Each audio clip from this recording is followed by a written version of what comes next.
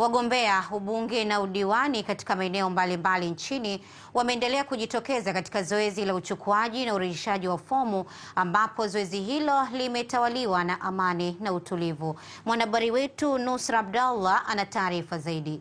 Mara baada ya kukamilisha zoezi hilo katika ofisi za Chama cha Mapinduzi CCM wilaya Manyoni mkoani Singida, wagombea wa nafasi hizo wameeleza hali ya kuridhishwa na mwenendo mchakato wa uchukuaji fomu. Fika hapo ofisi ya chama kuchukua fomu kuomba ridhaa, endapo basi Mwenyezi Mungu atajalia kwa ajili ya kugombea ubunge katika jimbo la Itigi. Mchakato ni mzuri, chama kimeweka mazingira mazuri ya kuchukua fomu kama kusema pia taratibu ya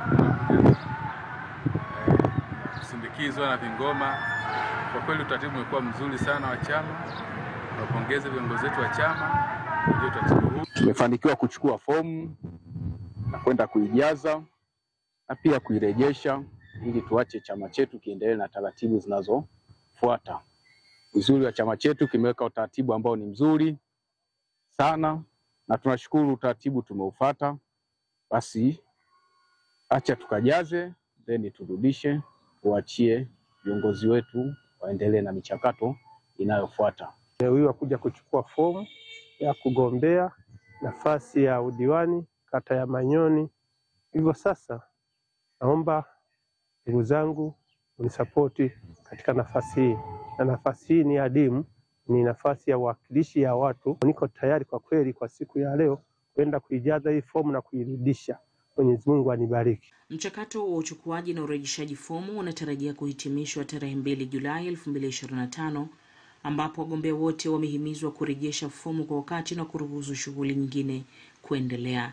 Nusra Abdallah, ZBC, Singida.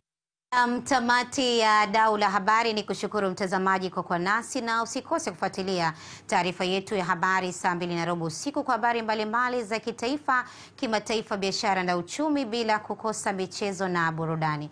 Leo tumeongozwa na Jamila Thabit kwa niaba ya mkalimani wa lugha alama Abdullah Omari. Mimi ni Zuena Manga, nikutakia jioni njema. Asante.